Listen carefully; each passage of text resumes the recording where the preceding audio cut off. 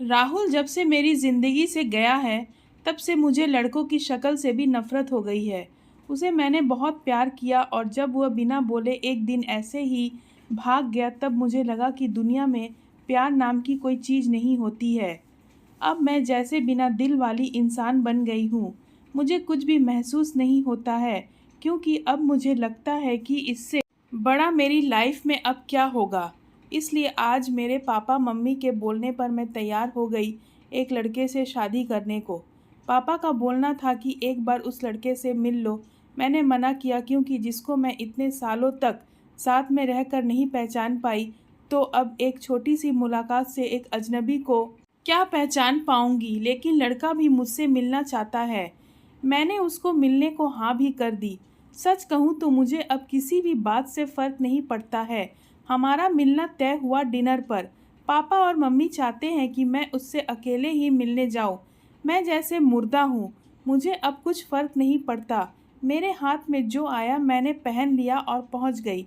देखा तो वो मेरे लिए वहाँ बैठा इंतज़ार कर रहा था।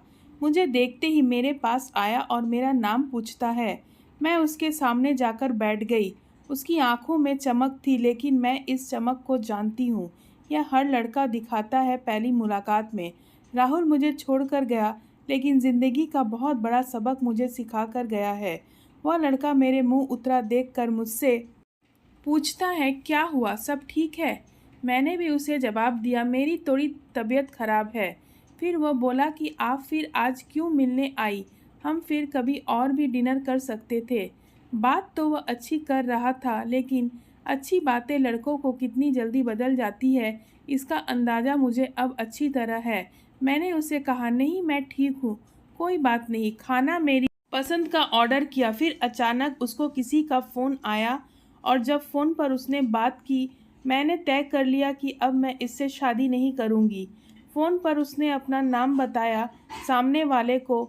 यह वही नाम था जिसे मैं अब कभी सुनना नहीं चाहती थी। उसका नाम भी राहुल था। मैं भी हैरान थी। मैं इतनी ज़्यादा खोई हुई थी कि अभी तक मैंने उसका नाम नहीं पूछा, ना पापा मम्मी से ना ही उससे। मैं एकदम से खड़ी हो गई और उसको बोला कि मैं जा रही हूँ, मेरी तबीयत ज़्यादा ख़राब है।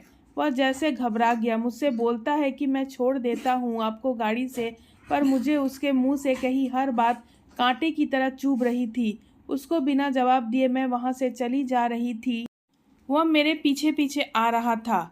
मेरी आंखों से अब आंसू टपकने लगे और मैं बाहर टैक्सी या ऑटो का इंतज़ार करने लगी। आंखों में मेरी आंसू को देखकर उसने मेरी बाह पकड़ी और मुझे गाड़ी में बैठने को कहा। उसने मेरी बाह पकड़ी, बस इतना तो मुझे था, मेरे अंदर की आग को निकालने के लिए, और मैंने उसके मुंह पर जोर से एक थप्पड़ मार दिया और जैसे अक्का बक्का रह गया। और फिर उस राहुल की भड़ास इस राहुल पर निकाली और मैंने कहा, तुम लड़के अपने आप को समझते क्या हो? जो मन चाहा वो करोगे क्या? जब तुम्हारा मन किया किसी का हाथ पकड़ लेते हो, जब मन किया बिन बताए भाग जाते हो। और वो बस चुपचाप खड़ा मुझे देखता रहा। टैक्सी आई और मैं बैठकर वहाँ से चली आई। आते वक्त मैंने उसका चेहरा भी नहीं देखा। अपने कमरे में आने के बाद 1 घंटा मैं और रोई। पापा मम्मी को कुछ नहीं बताया। सुबह मैं जागी, लेकिन सच बताऊं तो रात को जो भी मैंने किया उसका मुझे कोई अफसोस नहीं रहा था। मुझे लग रहा था कि यह थप्पड़ मैंने उसी राहुल को मारा है। थोड़ी देर बाद ही बाहर हॉल से मुझे आवाज़ आने लगी, मम्मी मेरा दरवाज़ा बजा रही है। मैंने दरवाज़ा खोला। मम्मी बोलती है कि राहुल आया है अपने मम्मी पापा के साथ, जल्दी तैयार होकर नीचे आ जा। मुझे पता चल गया था कि वह ज़रूर कल रात की बात करने आया होगा, लेकिन मुझे कोई डर नहीं था। मैं नीचे गई, राहुल बैठा हुआ था। उसने मुझे देखा। मेरी मम्मी किचन में थी, इसलिए मैं किचन में चली गई। उनके चेहरे पर स्माइल थी। मुझे बोलती है कि राहुल और उसके घर वालों ने हाँ कर दी है और जल्दी ही शादी करना चाहते हैं। अब मुझे कुछ समझ नहीं आया कि जिस लड़के को मैंने कल थप्पड़ मारा, जाने अनजाने जिसे मैंने अपने एक्स बॉयफ्रेंड के बारे में बता दिया, वह मुझसे शादी को कैसे राजी हो गया। ऐसे तो मेरे लिए उसका नाम ही काफ़ी था ना करने को, पर इस बात को जानने के लिए मैंने मम्मी को बोला कि मुझे उससे बात करनी है। वो फिर मेरे कमरे में आया और पहली बार मुझे लगा मैंने उसे देखा। देखने में बुरा नहीं है, बोला जाए तो हैंडसम था। तब मुझे यह भी पता चला कि ऐसा क्यों बोलते हैं कि गुस्से में इंसान अंधा हो जाता है। मेरे बिना सवाल किए उसने बोलना शुरू कर दिया। वह बोला कि मुझे पता है कि आपके साथ पहले शायद धोखा हुआ है और किस हद तक आप सच्ची है यह भी मुझे कल रात पता चल गया। इससे मुझे आपसे कल रात ही प्यार हो गया और मैं चाहता हूँ कि आप मुझे मौका दें आपको गलत साबित करने का कि सभी लड़के एक जैसे नहीं होते।